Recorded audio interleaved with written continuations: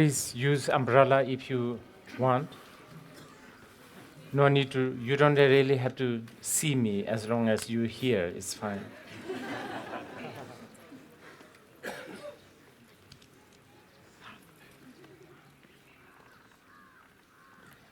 So continuing from yesterday,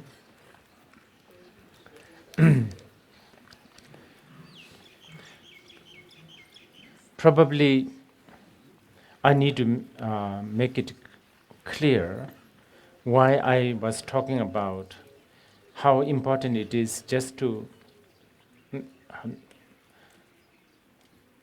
admire the Buddha's words, that alone, even from the spiritual person's point of view, even from a Buddhist point of view, it is stated in the sutras and the shastras that sight of the Buddha, sound of the Buddha, even if you pass through a sight of the Buddha, create an imprint. And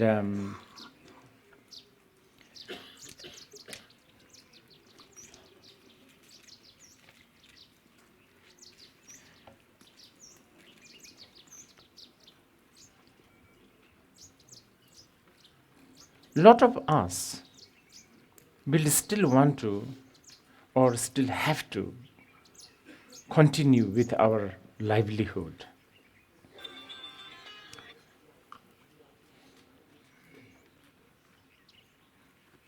Lot of us will have to make money, and a lot of us have dreams to make lots and lots of money, become billionaire. And we should not stop this. You should. It's important. You should build house. I don't know, house with 10 swimming pools if you need. No reason to stop this. If you have the opportunity to become a politician and rule this village, yes, you should.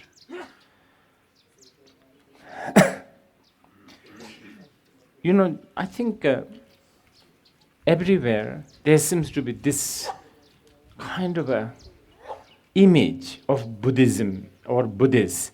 If you follow Buddhism, that means you are sort of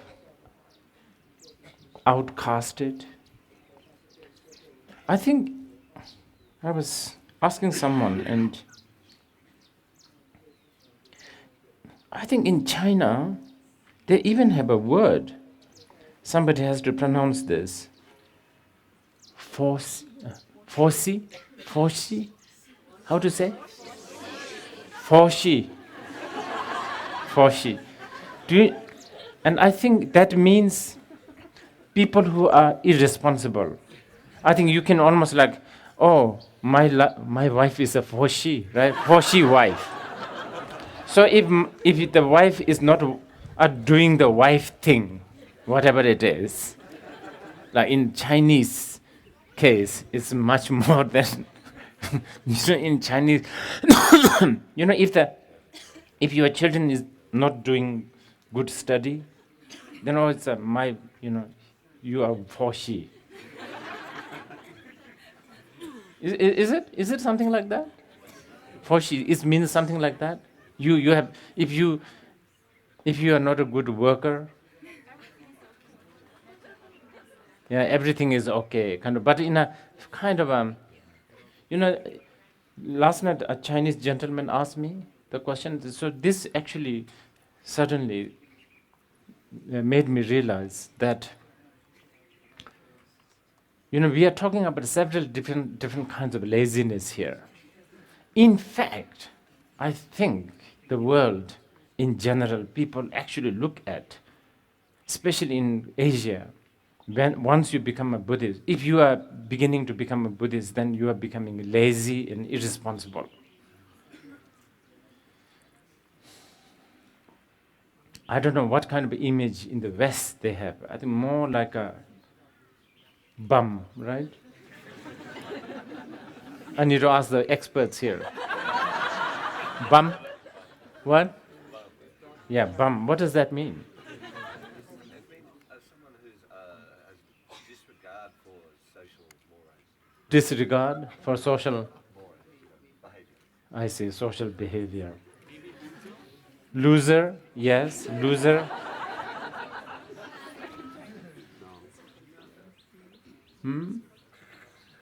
Yeah, so that's not good. So what I'm saying is then, really, whatever dream you have, if you want to study and if you want to become a scholar, if you want to become a scientist, if you want to become a politician, you should still go ahead. And you can still be admirer to the teaching of the Buddha. Or even better, you can actually become a Buddhist by taking certain vows that we have talked yesterday. And still carry on and do what you need to do. That would be really good. I'm telling you this again and again because somehow the lamas like myself seem to have the influence in telling people, and a lot of people I see here, telling people, samsara is not good, which means, you should give up your job, give up your relationship, something like this, they misunderstand. And then they sort of quit their job, but they don't really abandon the samsara. Actually, it's in the teaching. They say, nobody wants to suffer. Everybody wants to abandon suffering. Everybody. But very, very few people wants to abandon samsara. There's a difference between samsara and suffering. Suffering, nobody wants. Samsara, most of us, we want. Because the samsara means there's also samsaric happiness, samsaric gain, samsaric attention, samsaric, all kinds of good, seemingly good things. And not many people are ready to give up. You have to really ask this question quite vigorously. Even if you are the most seasoned practitioner, Dharma practitioner, I won't be surprised if we want to have one feet firmly grounded on samsaric values. You understand? And if you can't, if you don't have that kind of ability, if you are not that kind of adventurer, if you don't want to have that kind of adventure, then it's still fine. You can still admire the Buddha's teaching or become Buddhist on a very sort of doable level, and that still has a lot of impact on your habitual pattern. Yes, so if you have plans, lifelong plans, you should not stop. If you have dreams, you should keep on dreaming. And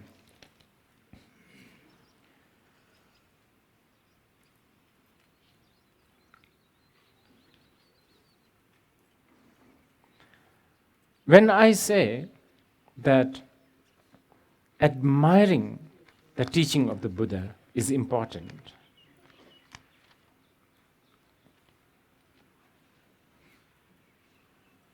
when you admire the teaching of the Buddha,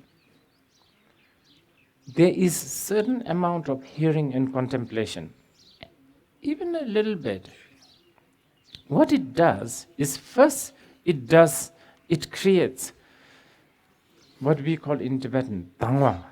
Dharma is like, I forgot how to translate this Dharma.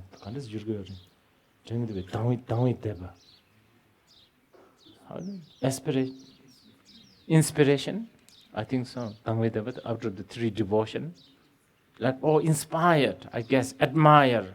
It creates that.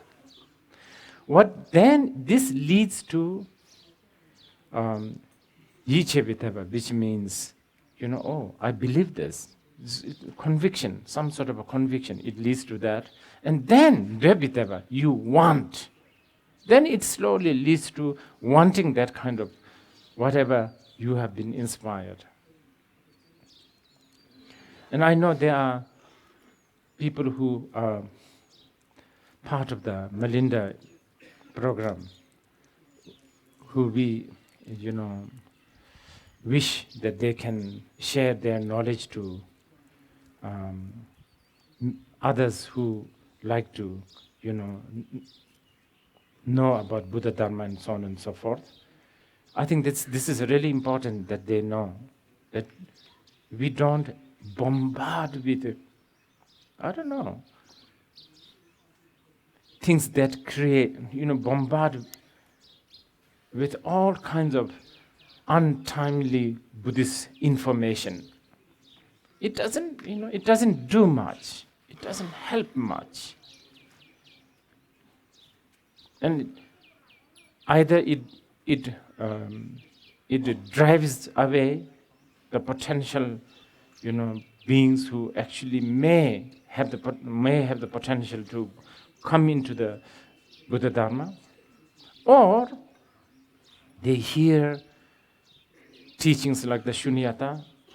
Intellectually, maybe it gets confusing, and it doesn't really do much. So,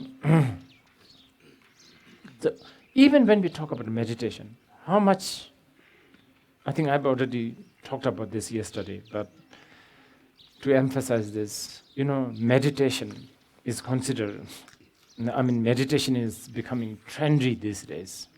What is meditation? Meditation is basically it's like an art of habituation. It's trying to habituate yourself with some sort of a right view and right conduct and right thinking. That's what meditation is for. So, admiration towards the Buddha's teaching, inspiration towards the Buddha's teaching is equally, if not more, important than just sitting, which we have talked yesterday. I just want to, sort of recap what we have been talking yesterday. Because when we talk about habituating oneself, what are we trying to do? Habituating to something that is a virtue. We have even the words in Tibetan, we call it Gevala Gom. Geva Gom means habituate, getting accustomed to something that is virtuous, something that is wholesome.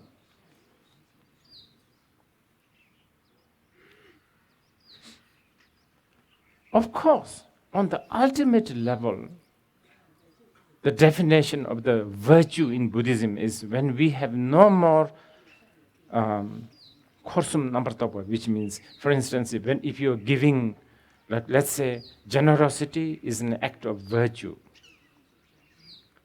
The highest virtue in Buddhism, especially in Mahayana Buddhism, is when you have no more clinging to the beggar, the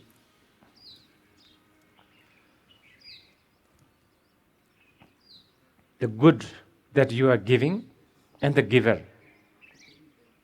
In other words, when you see them just as a mere projection, illusion, mirage, that, of course, is the highest virtue. But that, to get accustomed to really even realize this intellectually, is difficult. You have to sort of start from the step one. And how can you do this? There's no better way than, getting inspired by the teaching of the Buddha. So,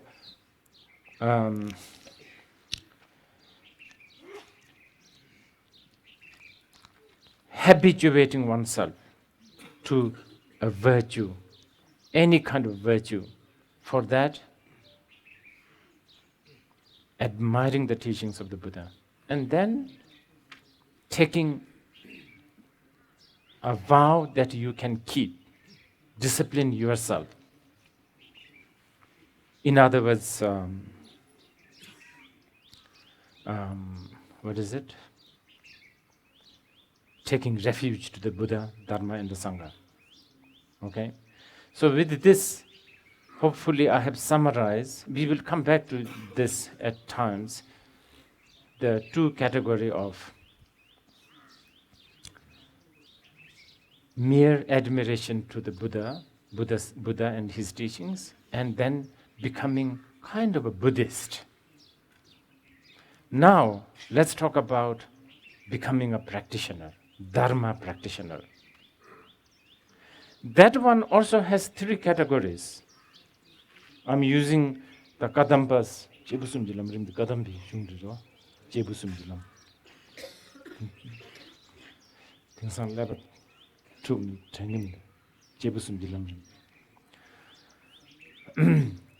That one has three categories. We call it Jebusumji Lam, meaning sort of three types, I guess. Three types. Sort of the most common type, Dharma practitioner, most common, and then a greater and the greatest. Okay? Now, as much as the sound of greatest Dharma practitioner is very nice, don't go there yet. Please, really, for your own sake, don't go there yet. Let's just, be happy with a common Dharma practitioner's way of thinking. Okay, so I made some list here. Now, great Sakyas have always said, how do you define whether you are a Dharma practitioner or not? Remember the first one, the admirer of the Buddha and his teaching, and just Buddhist? Now the Dharma practitioner. How do you define? How do you differentiate?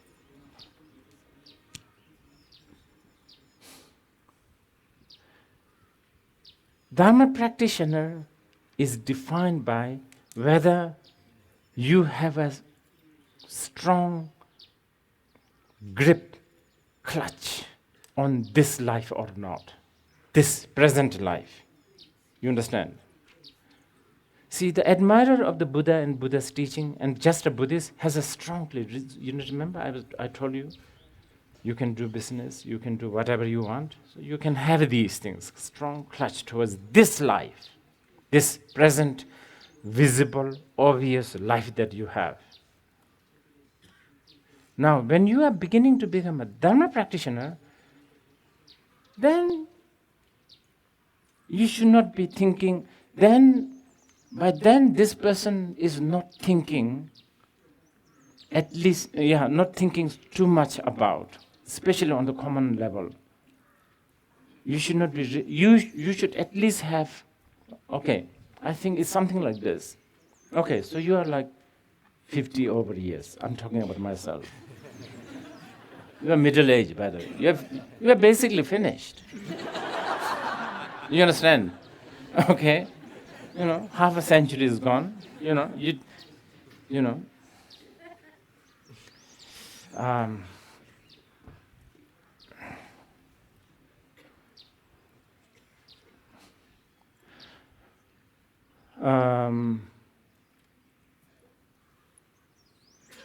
So now you have to think about the next life. That's it. Common level, huh? Not enlightenment. Forget about enlightenment. Next life. Now you have to think about the next life. Because this life is, basically it's all over now.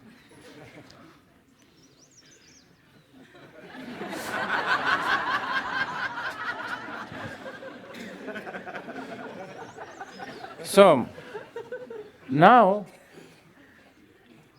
Jebu Chungu Gilam, the common common man's, common Dharma practitioner. They aim for ngonto. Ngonto means higher birth, higher rebirth. Okay, now, this is where also we could discuss this if we have time later. We sort of have to distinguish with whether you believe in the relative teachings on the reincarnation and the time and so on and so forth. But let's discuss this later if we need. But anyway, now the person, the Dharma practitioner, is sort of,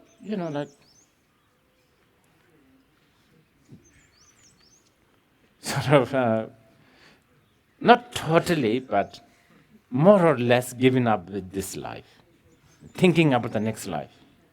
But when you are talking about the next life, you are talking about the higher rebirth. What does that mean? Somewhere where there's a Panadol. I'm serious. You understand, like painkillers? I don't think you realize what I'm talking about. It's, Panadol is so important. Just imagine you reborn in a place where there's no Panadol. Some sort of painkiller. You understand? Anything that basically wishing to reborn in a place where there is a gadget to numb you. Numb? Things that will numb you. This is higher rebirth. Where there is a technique and the substance and the stuff that will numb you, distract you. Lofty life, basically. Lofty life. Where there is things like paragliding. You understand? Paragliding. It's a lofty life. Why would you, people come here. This desolated sort of place called Bir has become kind of very busy and jammed with the traffic, all because of this paragliding. So paragliding, where there is a chance for yoga. These are higher rebirth. And life insurance, where there's a system, something called life insurance. And attached bathroom. And hot shower, I guess. And actually flushable toilet. And trendy coffee shop. Oh my God, that's really, really important. That's so important. And yes, individual rights, law and order, law and order, individual rights, democracy. These are higher rebirth. That's what we are aiming for. We don't want to born in a place where there's no Panadol, no paragliding. Right of privacy. And to be reborn in a place where you can read books written by people like Chomsky. It's a higher rebirth.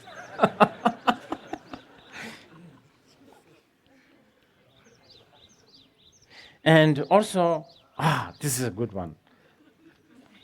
To be reborn in a place where you can elect a person to be supposedly a leader, and from the day he gets elected, you strip down his power, criticize him completely, blame everything towards him.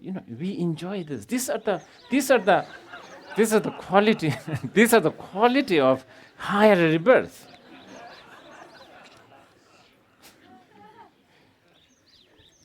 On daily basis, you can make fun of his color of his hair, his hand gesture. Oh my God, it's so much fun. Do you know, when you get enlightenment, the Buddhist enlightenment, you don't have any of these. It will be so boring.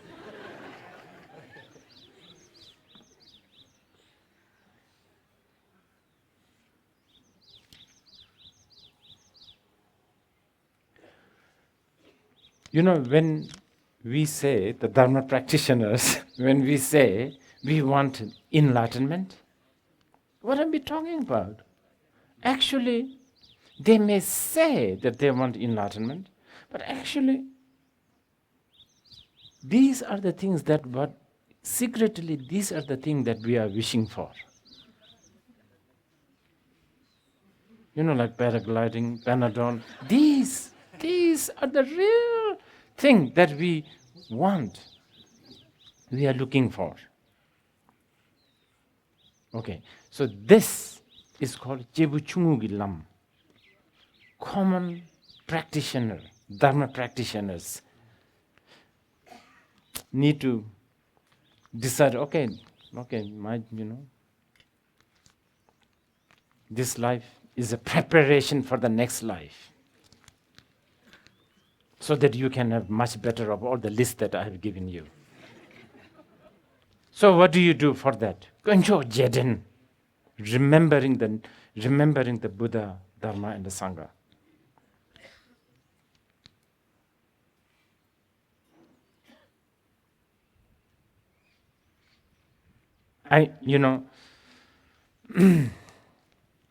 For those of you who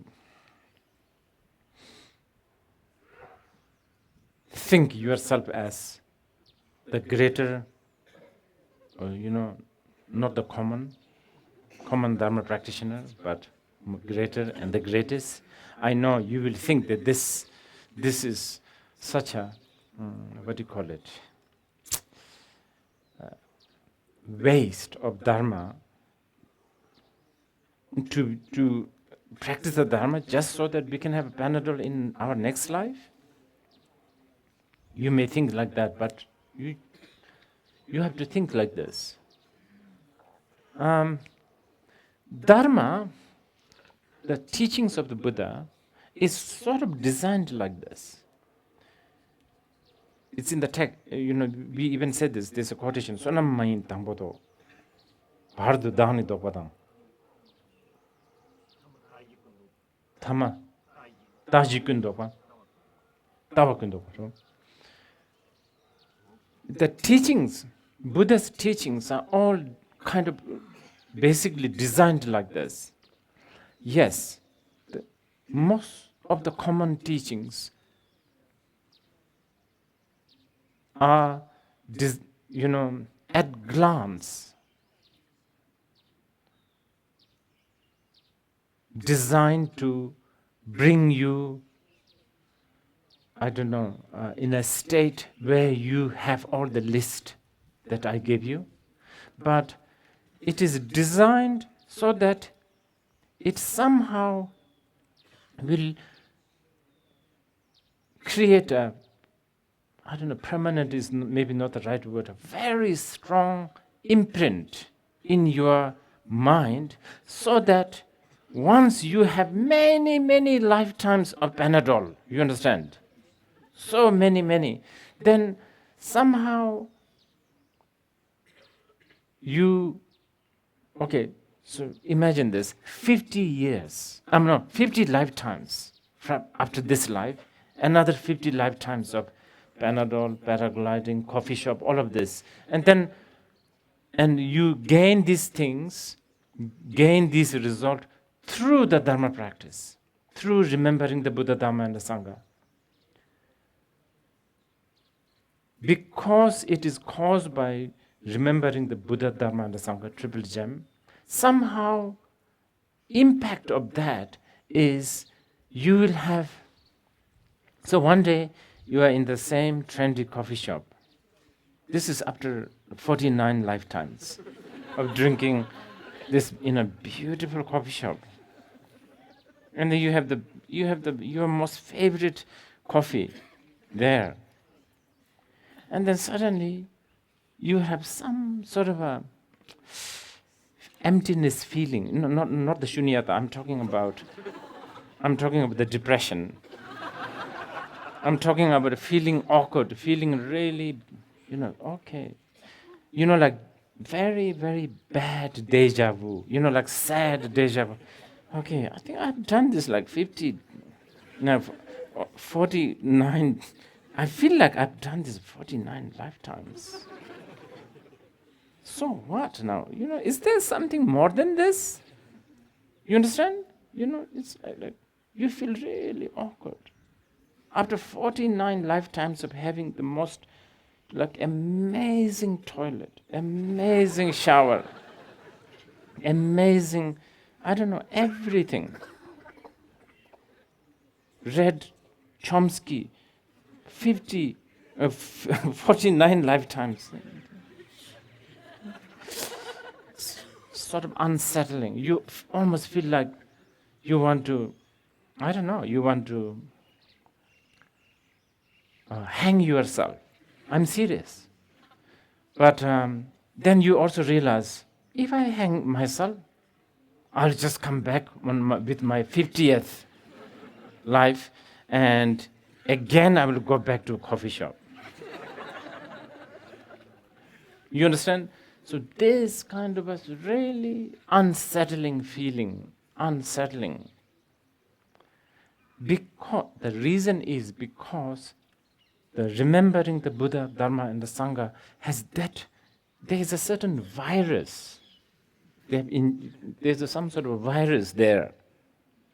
It may not have an impact on you now, on your first and the second life, but it has imprinted in your head. So this is what Chandrakirti is talking about. The tears and the goosebumps.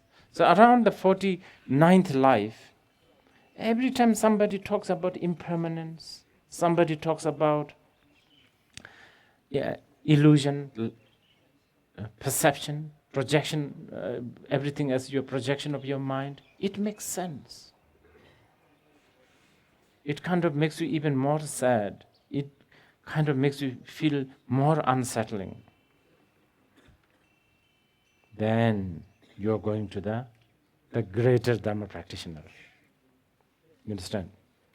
But anyway, let's not talk about the greater one. Let's still talk about the common one first. What do we do during the common? Okay, as a common Dharma practitioner, what should you do? Okay, yes. Remembering the Buddha, Dharma, and the Sangha. There's even sutras you can read. And when I say remembering the Buddha, Dharma, and the Sangha, it doesn't have to have some sort of it doesn't have an order. You can remember the Sangha first, and then Dharma, whatever. You don't also have to remember there is no such thing as a complete. You can be remembering one part of the Dharma, such as all compounded things are impermanent. That's good enough. You don't have to remember whole 84,000. That's impossible. You don't even know. I also don't know what those are. When we think about the Buddha, you don't have to think of the very, very, very, the most quintessential Buddha, which is the Dharmakaya. Because most of the time, we don't even know what that is. We can think about the bare feet of the Buddha walking on a Mangada, some forest. In order to enhance that kind of remembering, yes, by all means, look at the photos of the Buddha that you have pasted on your fridge, or go to Bodh Gaya, or mingle with, roam around in the temples, just to remind you. That is the fundamental, especially remembering the Dharma, because it creates an impact. It creates imprint, which is important. That imprint, so important.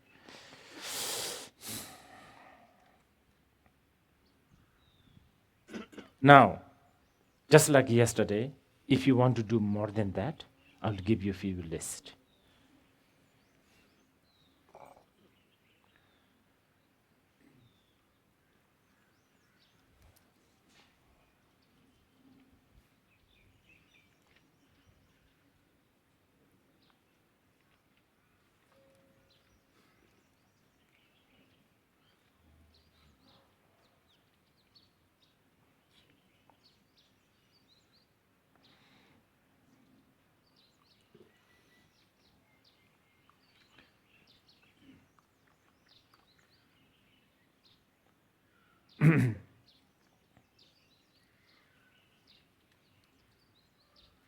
aspiration first. The reason why I'm bringing this up is I've read in the sutra where a king asked, I don't remember the name of the sutra yet. It's a very short sutra. It's already translated actually. Where a king asked the Buddha, what should he do? You know, he's a king. He has a lot of things to do. So what should he do as his practice? Buddha praised aspiration bodhicitta. So based on that, I'm saying aspiration. That is really quite a important. It's doable. But since you are a common Dharma practitioner, remember your aspiration is also common. I've already given you the list. More than that, you are not really interested in other things.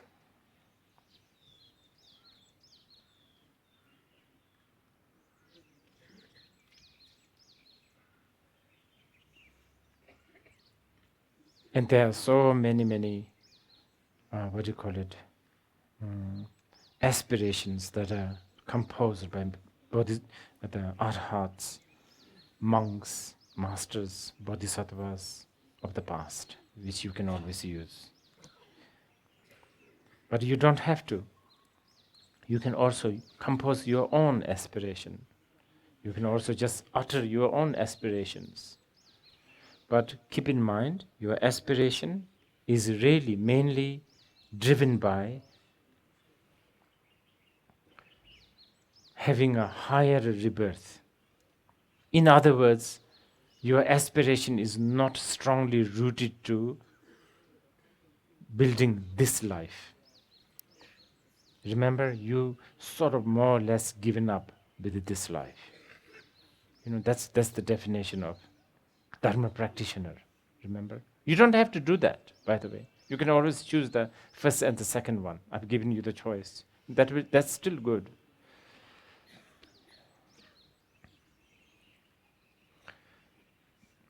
On top of that, if you want to do something more, then you can also practice what we call six paramitas, but it's not really a complete, complete paramita. But okay, generosity, practice of generosity. Of all the generosity of truth, that's the supreme. That is the. So how do you do that? Even giving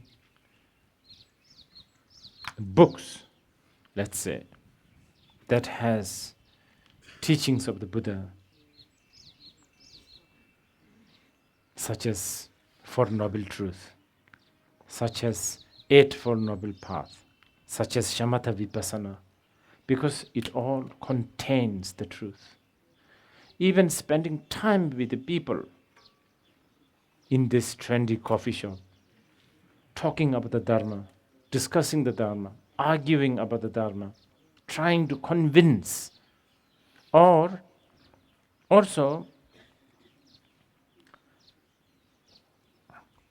sharing the knowledge on, love and compassion, whatever, bodhicitta, that is the supreme generosity. Is also considered the supreme most offering to all the Buddhas and Bodhisattvas. And then the generosity is giving assistance, protection, such as, there's a very traditional sort of practice of releasing life, like protecting life. protecting animals, protecting human, protecting anyone who is powerless. Whether be it for a few moments of protection, all the way to aiming to protect the person, the being, till enlightenment. Of course, since we are on the level of common practitioner, we are talking about protecting on the common level. So giving protection basically. And I guess it will include also assisting, facilitating, from all kinds of ailments, from all kinds of, unfavorable circumstance and the situation. And then the generosity is, material generosity. It could be a space, it could be a flower, it could be an incense, it could be a pen and a paper, all the way to, like the whole, like a kingdom. But this is important. I'm noticing within ourselves, in the Buddhist world, we talk about Mahamudra, Mahasandhi, and we forget generosity practice. Generosity of, truth, generosity of protection, generosity of material. Many times we claim that we are practicing higher teachings. But if we don't have this basic ground level, foundation level of practice, it's impossible to plant the seed of the higher wisdom. So I think it's so important, this basic level. And again, like Shantideva said, the generosity also really depends so much on how capable you are. You should not force yourself. In the Shantideva's Bodhichitta Avatara, he said, first, one can even learn to be generous by giving things that are meager, like maybe vegetable, piece of paper, all the way. Because once you get accustomed to act of giving, this giving, not clinging, no stinginess. Once you really, really get accustomed to this, then a parting from your beloved material, even your body, not only it is not a suffering, it actually creates a joy, which is, for instance, even now, on our most basic level, in the ordinary level, when we give somebody something, it doesn't matter, a pen, a present, whatever, how small it is, you can feel it. When you give, the giver, many times, the one who is giving, we feel more happy than the receiver. The act of giving immediately creates joy. It immediately creates so much bliss.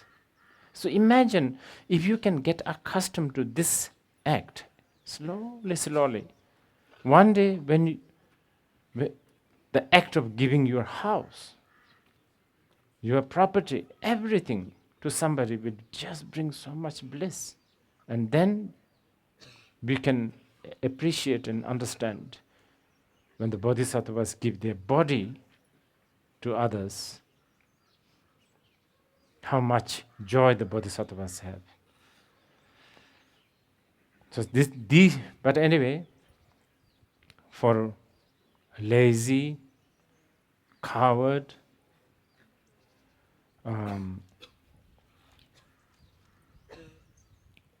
beginners, common Dharma practitioners like us, we should get used to the act of giving on daily basis if it is possible, like lighting a lamp, lighting an incense. If not, monthly or yearly, at least once. Now, that is considered, okay, the practice of generosity is praised specially as the beginner practice because this is the most easy of all the virtuous activities. Also, for the lay people, this is very much praised by the Buddha. Now, if you are more ambitious, if you want to add on more practice, then next comes the discipline.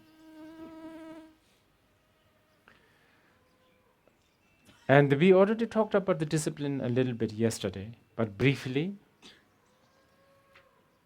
discipline of not harming others, discipline of helping others, and discipline to habituate oneself to the right path and the truth. These three must apply. In order to keep the discipline intact, act of taking vow, whatever you can, be it, I shall not kill human being, all the way to I shall not take any life whatsoever.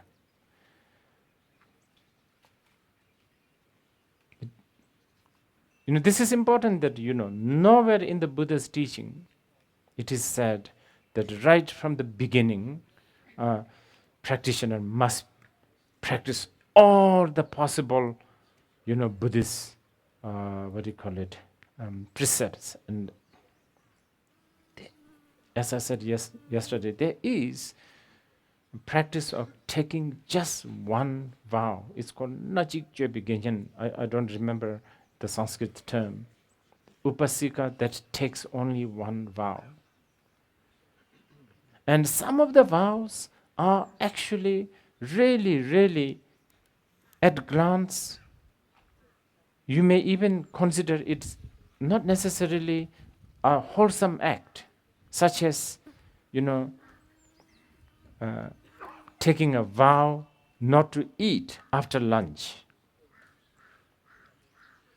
But the discipline is basically to steer your mind into the right direction. So it really doesn't matter as long as this act or this form is steering you to the right direction. It's called discipline. So by all means, whatever you can, try to apply this.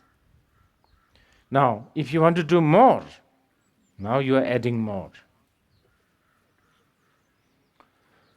Then you add patience.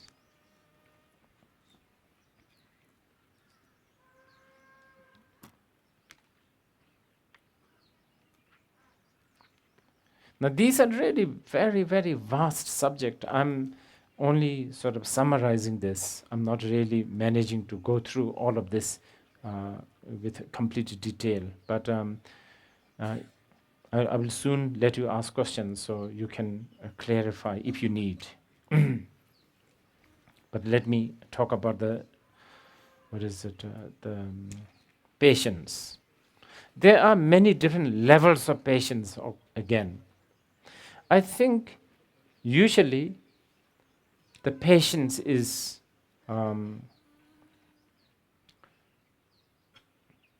defined as mitowa. Mitowa means like unagitated or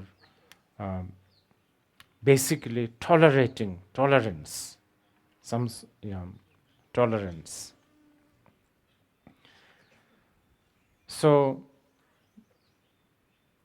that is an important discipline, or that's an important practice. Tolerance to all kinds of circumstances and situations. And we are not only talking about tolerance to an enemy, someone who criticizes you, but tolerance to everything. Tolerance to not having a Panadol in this village. Tolerance to, not, not having a good 4G. Tolerance to, all kinds of basically, distance, conditions, situations, and of course, tolerating another being is very, very high. Tolerating circumstance and the situation is one thing, but tolerating someone else, another being, who seem to speak your language, who seem to understand and share some of the similar value that you have, that's much more difficult. And then tolerating enemy is very, very difficult. And the most difficult is tolerating your friends. Really difficult. It's the most difficult. And then even more difficult is tolerating the truth.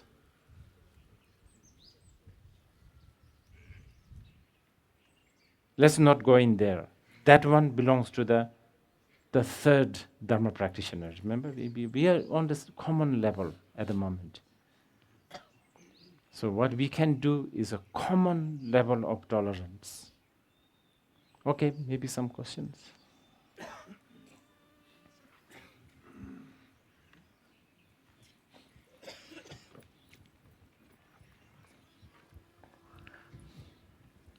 So what we will do is, in soon I will stop, like in half an hour we will stop, and then we come back today around 4, and we will do maybe 4:30 till 4 till 5:30, something like that. Is that good? Okay. Rinpoche, I had a question when you said that you advise your students not to quit their job, not to give up on their ambitions. Is this a provisional answer? And is it that at a certain point after the 50 lifetimes, when we're finally ready to renounce this life, the next life, and samsara, then we should let all of that go? Yeah. Well, what I'm talking about is what kind of, what are you aiming for?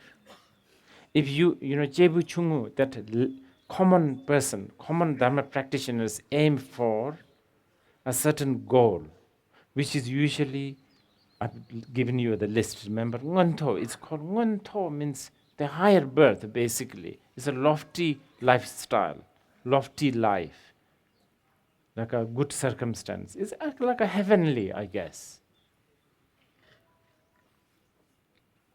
So,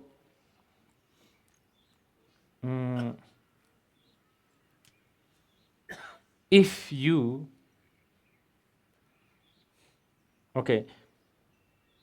but if you are not aiming for that,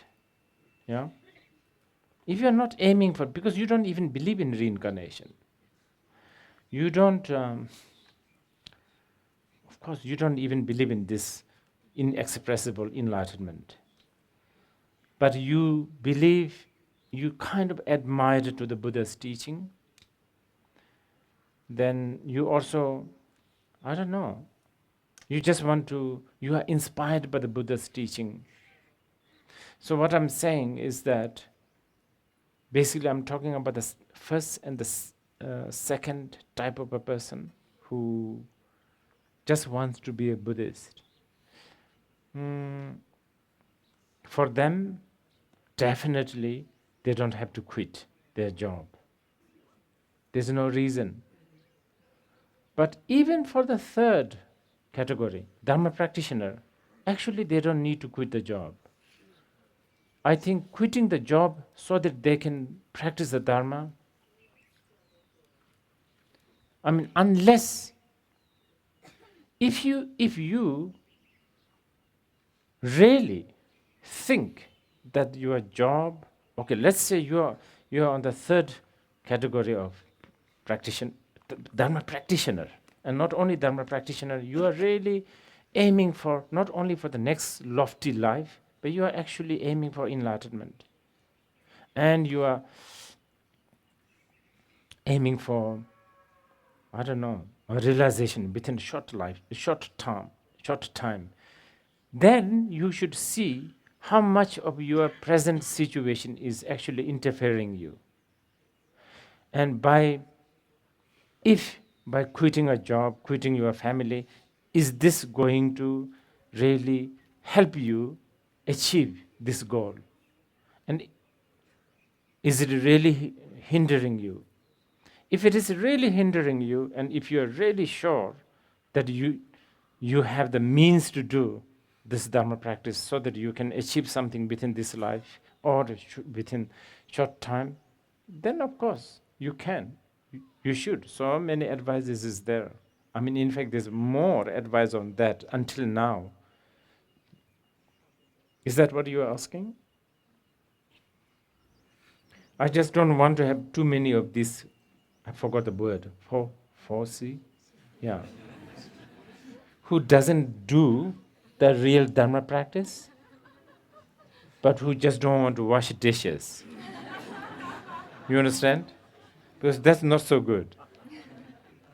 Not only not good for yourself, but also the other people look at us Buddhists and say, those are useless people. Those are useless bums.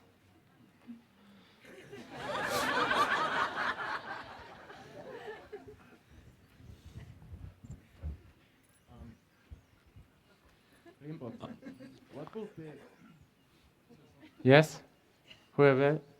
Yes.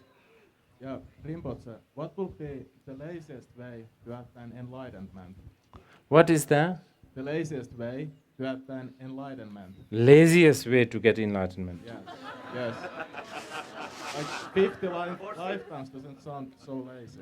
What? The 50 lifetimes, it sounds like a bit not so lazy. It takes so much time. On what? Okay, we are talking about several different kinds of laziness, remember? Yesterday, a Chinese gentleman asked, we have that kind of lazy, I think that's actually not really laziness, but, and then we are talking about, the lazy, who doesn't want to do much, who just want to have holidays. There are people who take holidays because they had too much holidays. I've met this kind of people. Like 1 week, I meet this person. What are you doing? Oh, I'm having a holiday. Next week, I meet them. Okay, what are you doing? I said, oh, I have to take a break from going to this beach. There are so many people. So that kind of laziness.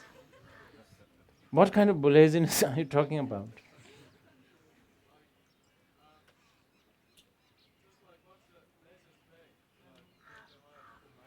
What is the fastest way?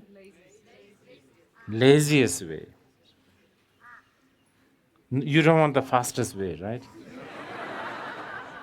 What? Pardon? It depends.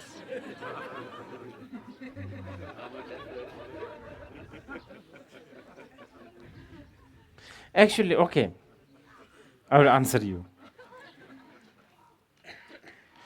But this is, I suggest you guys don't do this. But I will still tell you. The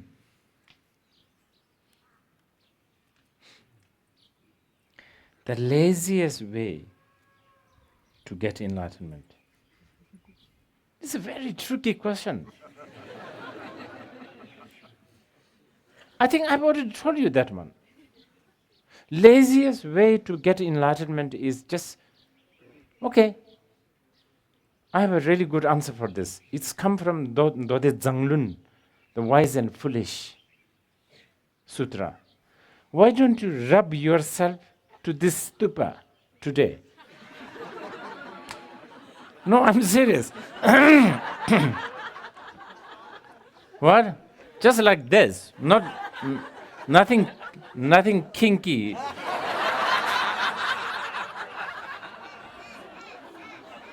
I know you Finnish people are desperate, but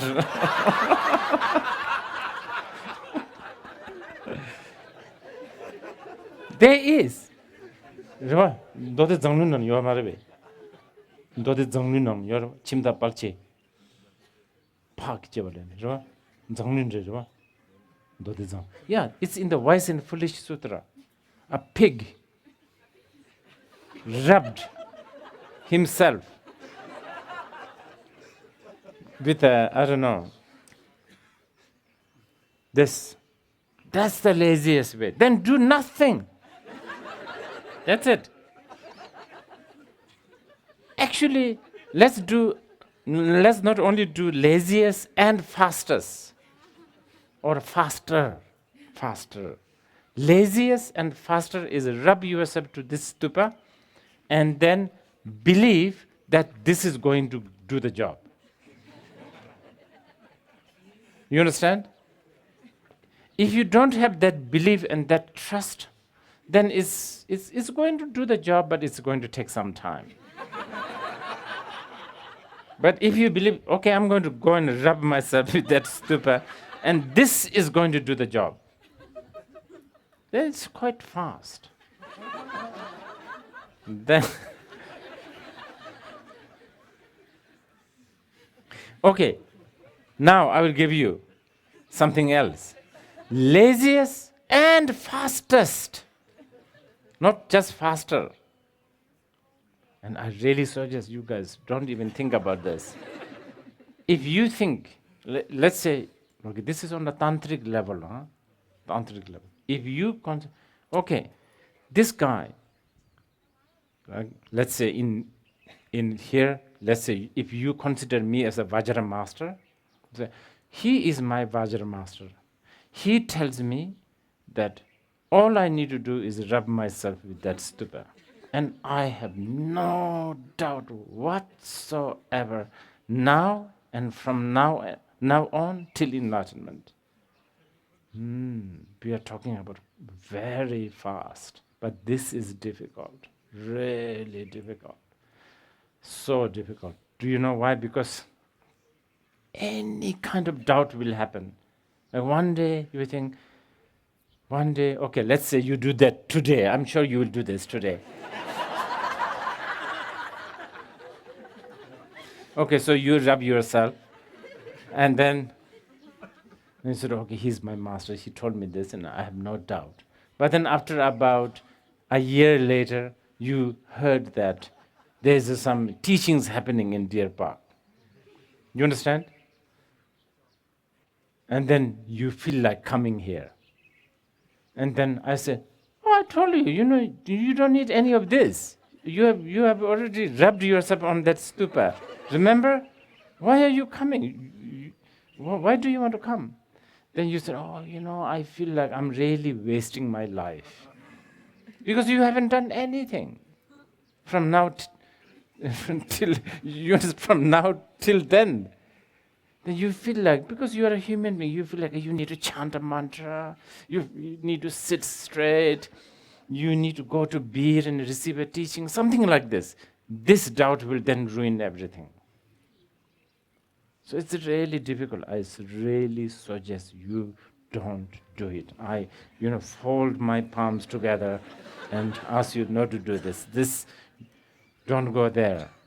It creates so much confusion. Okay, any more questions? Yes?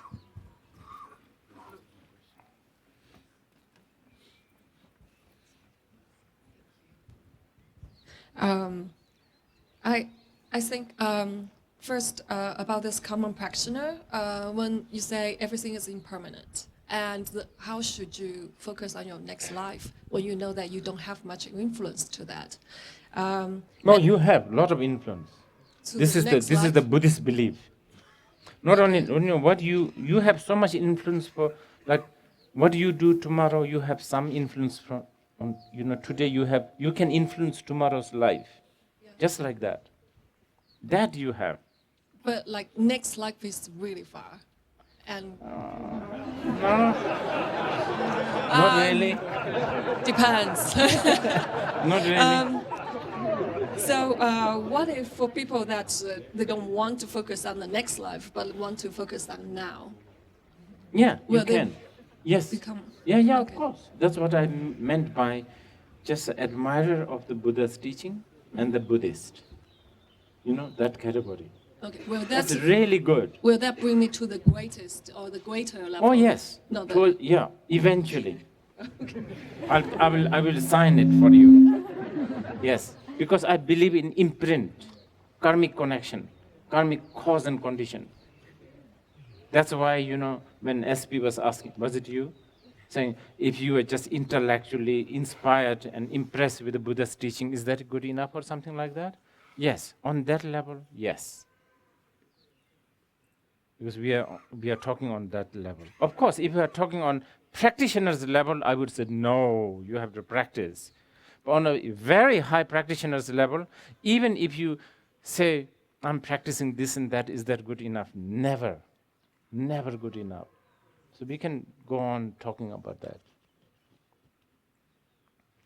Okay?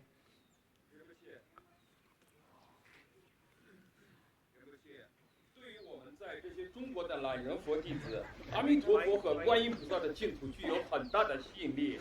仁波切能分享一下修持阿弥陀佛和观音净土的懒人方法吗？ What is that?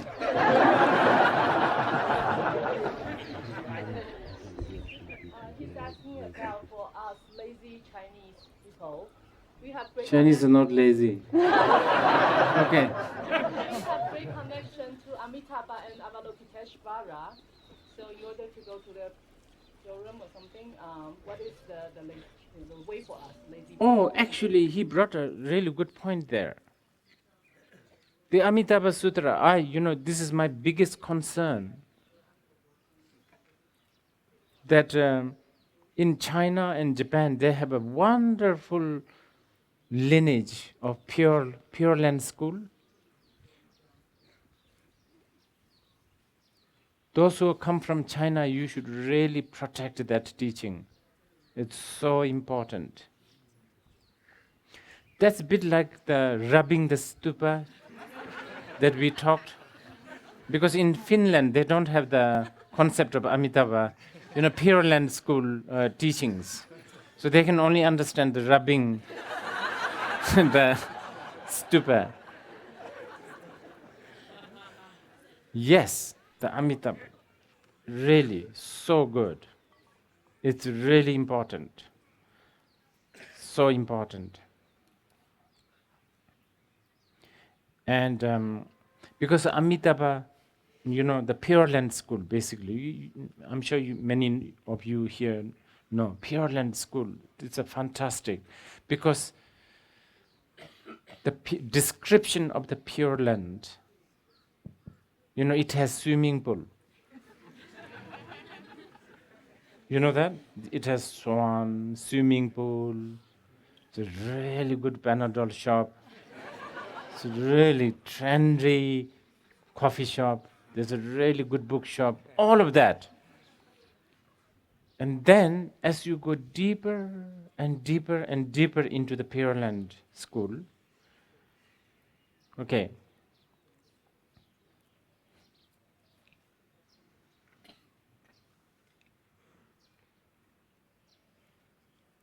it's in the, I'm trying to remember. Okay, I don't know whether any of you read here the Amitabha Sutra. In the Amitabha Sutra, there's a description about the Pure Land.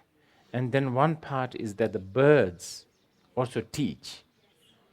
Now, that is now we are talking, so it's like this. Going back to the Panadol, right now,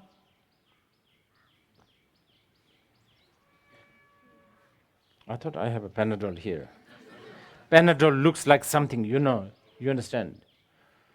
But as your demand, it's a bit like, what do you call it?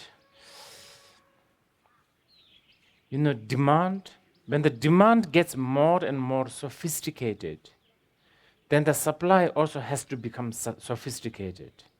So first you demand, because people like you and me, we like swimming pool. So Amitabha Ram also have a swimming pool. You understand? And then you swim there. You understand? And then after a while, your demand of swimming pool becomes more, what do you call it? Higher. So actually, I'm not remembering this properly. It's a really beautiful description by Karma Chagme, a great Kajuba Nyingmapa master. I think in the swimming pool or the lake, I should say, there is lotus growing, and then in the lotus there are beings being born every second, every moment. Now this is a higher demand now. So what Amitabha the Amitabha Sutra is trying to describe is that trying to remember. During the lunch break, maybe I'll try to look at the text.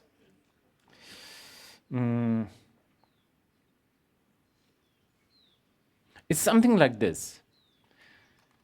The bodhisattvas, they look at sentient beings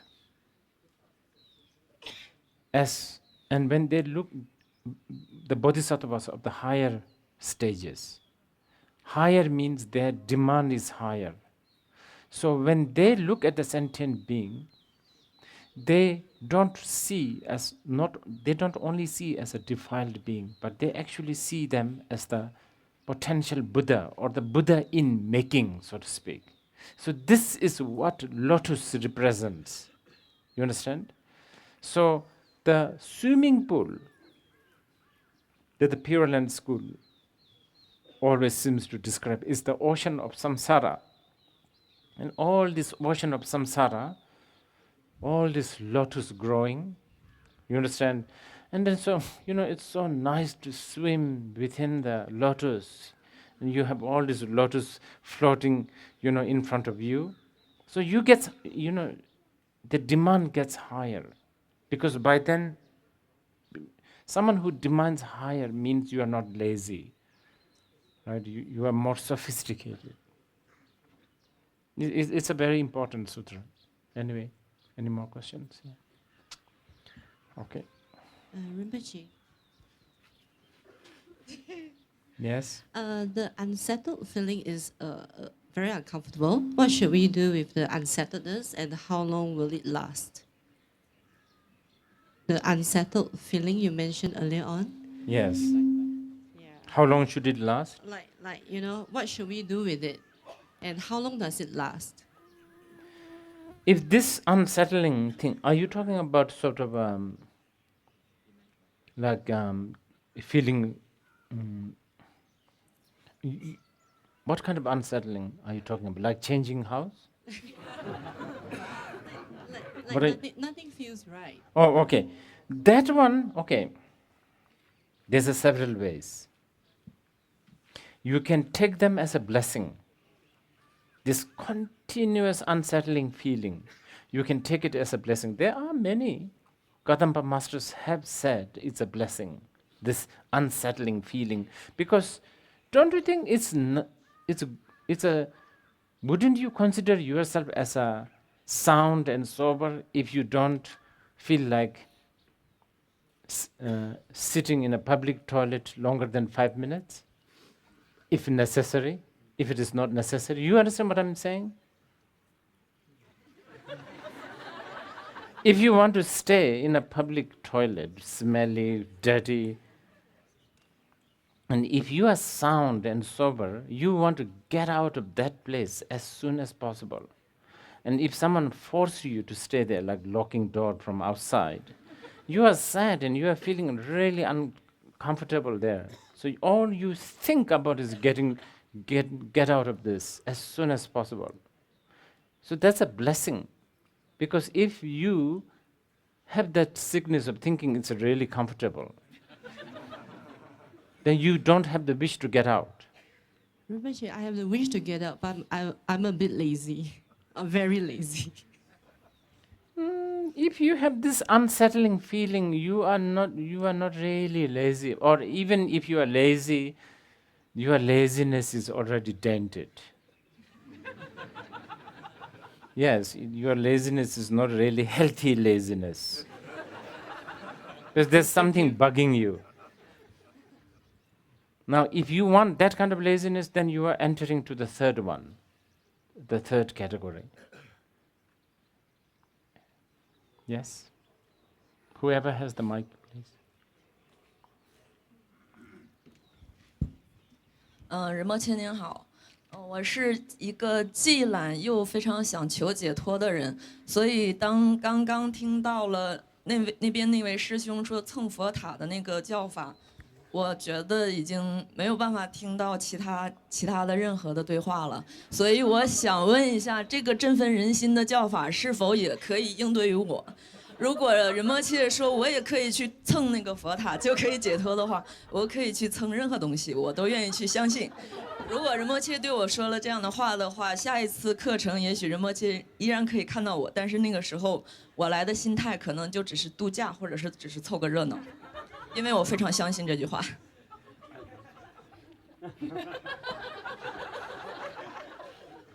Are you translating?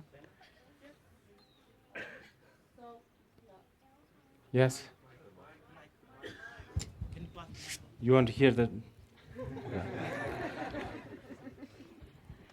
So she's a very lazy person, but she also really wants to get enlightenment. And she was so excited to hear about your instruction about rubbing the stupa.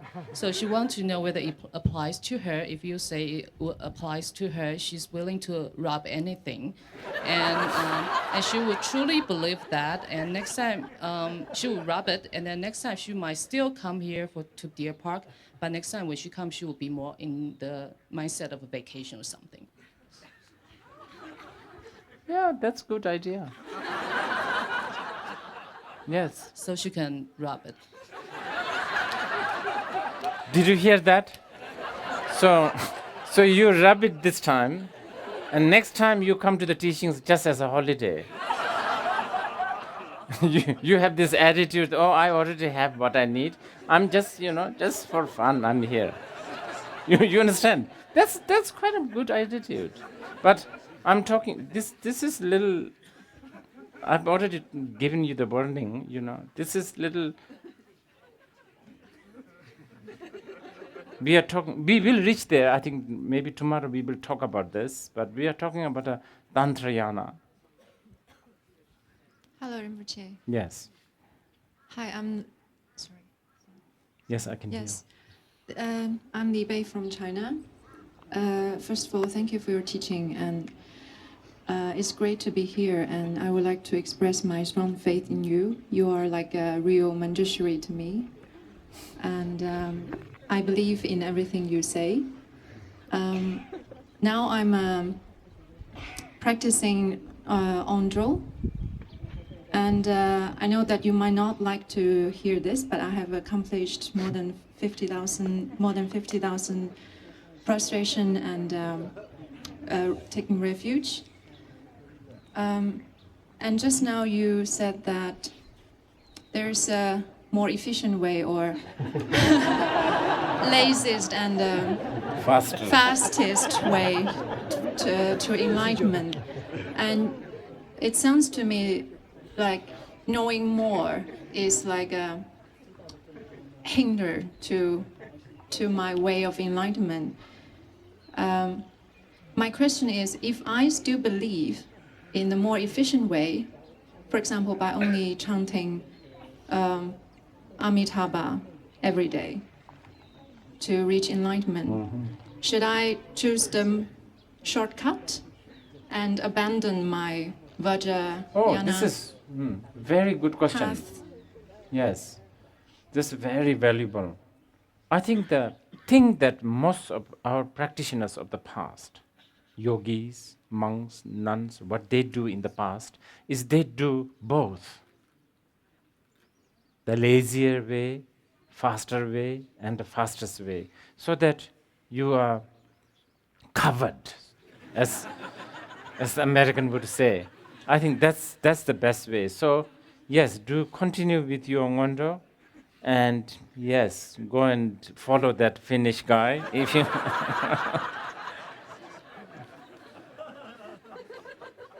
Actually, I don't know about this stupa, but maybe Bodhgaya definitely, even I will go there. even the rubbing. By the way, you may think I'm joking, but actually it's in the your raw pag. Chimda parchegi chewang emategi.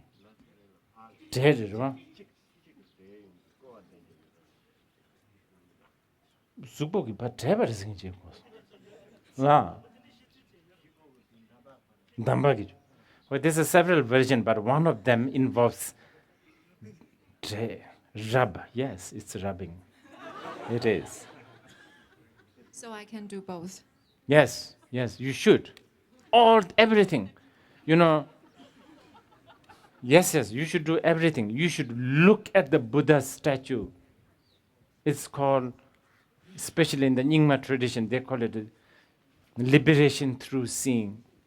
Listen to the teachings, liberation through hearing. And I don't know, circumambulate the stupas, statues of the Buddha. All of this you should do. Okay? Anyone else? Yes. 喂，仁波切您好，刚才您传授了发菩提心的教法，我一直有个困惑，就是什么是菩提心？那学佛为什么要发菩提心？谁能帮我翻译一下？ Yes. 谢谢。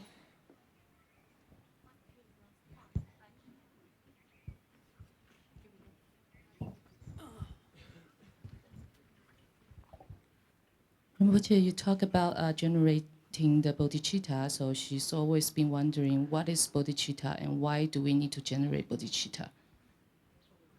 Oh, bodhicitta, especially in the Mahayana, it is the heart and the soul and the eyes and the lung and everything about Buddha Dharma. Many, many reasons. What is it that is really, really ruining us? Duality, dualistic mind.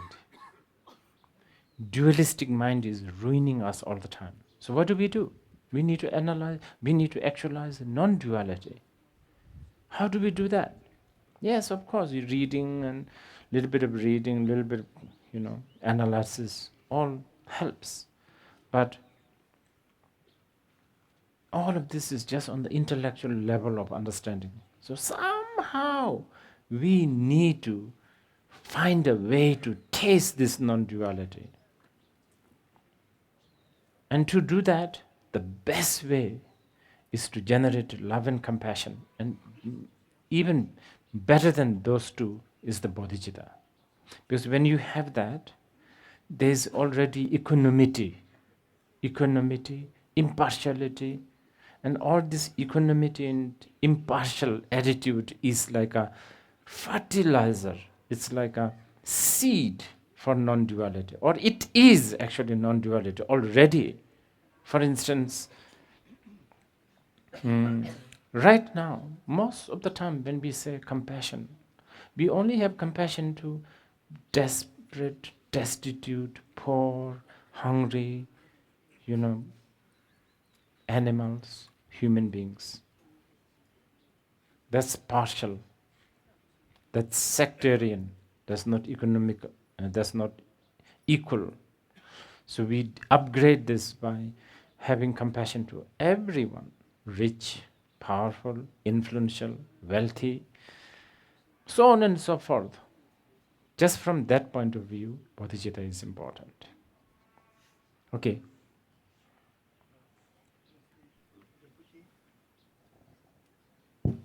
Rinpoche, when you spoke of aspiration earlier, and the aspiration for a higher birth and not being rooted to this life, how does one reconcile that with an aspiration to serve all sentient beings or serve for the enlightenment of all sentient How do beings?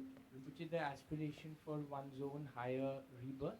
Mhm. How do we reconcile that with an aspiration to serve? Oh, well, of course, I'm sort of categorizing this a bit. So, the common level people don't think about other people. I'm talking about Dharma practitioners, common, slightly uncommon, and the most uncommon. I'm talking about the first one.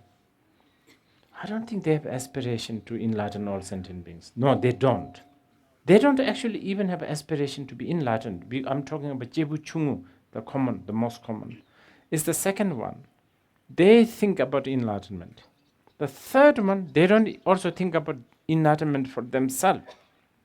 They think of enlightenment for all others. We will be discussing this maybe this afternoon. Will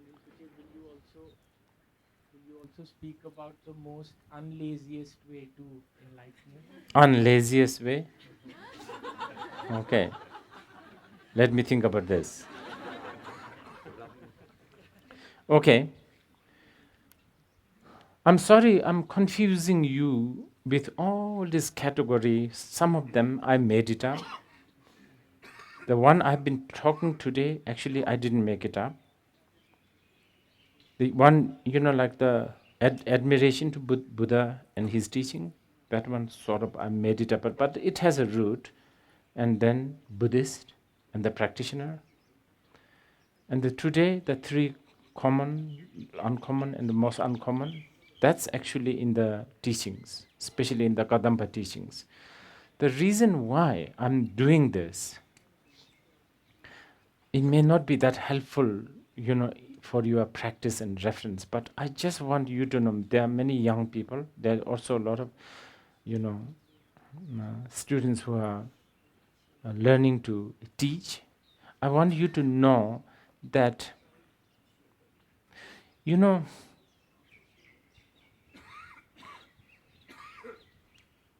I'll talk a little bit more. Is it too hot? No? Okay. Have you been to Starbucks coffee? I think this is a problem of the modern world. Everything is, what do you call it? There's a, what do you call it? Formula. Formula? Yeah, formula. They create a formula. You understand? And it's kind of comfortable because anywhere in the world, whichever Starbucks you go, you'll get this special Starbucks iced coffee. Starbucks iced coffee is Starbucks iced coffee. Whether you order in Hong Kong, Singapore, Delhi, it's all same. You understand? Sort of formalize. I think in the world where everything is sort of something to do with the marketing, branding, and then also us, human beings, we also like that. We feel more comfortable. It's easy to order. Actually, many people read the whole Starbucks menu by heart because that's what they do all the time. So they know what they are getting. You pay in the same some amount, the same look. You feel safe. And I feel that Buddhism is also getting that way. The formula. And this is why actually I suggested yesterday, last night, maybe tonight, the movie. So I was also wanting to show you a film. Because even the film is like this, like the Hollywood film. Now I think the Bollywood is following the Hollywood. And Chinese are also following this. Because somehow the Americans, they are so good at creating the formula and the packaging. There's a school who study these things in America, looks like.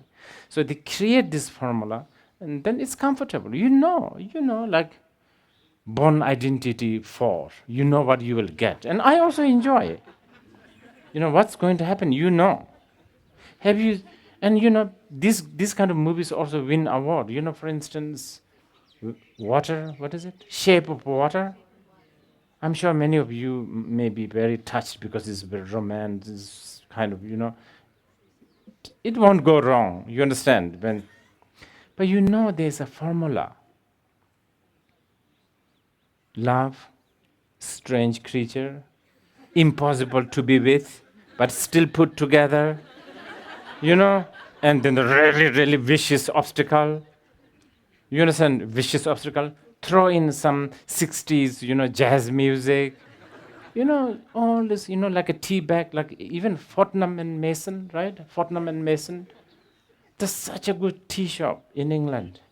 And they have now formula. You know what? All packaged. There are some movies, like, I hope you will watch one, some of you. I feel that there are some movies that they make they don't really abide within that formula. But of course, they are all usually financially flop. Nobody watches. And the strange thing is, even the critics don't pay any attention. Of course, the festivals don't pay attention because they don't have the formula. And I don't know, relying so much on that formula, how much are we depriving ourselves from the vast richness of Buddhism? So I'm trying to give you some food for thoughts, basically. Okay, so 4, we will meet again.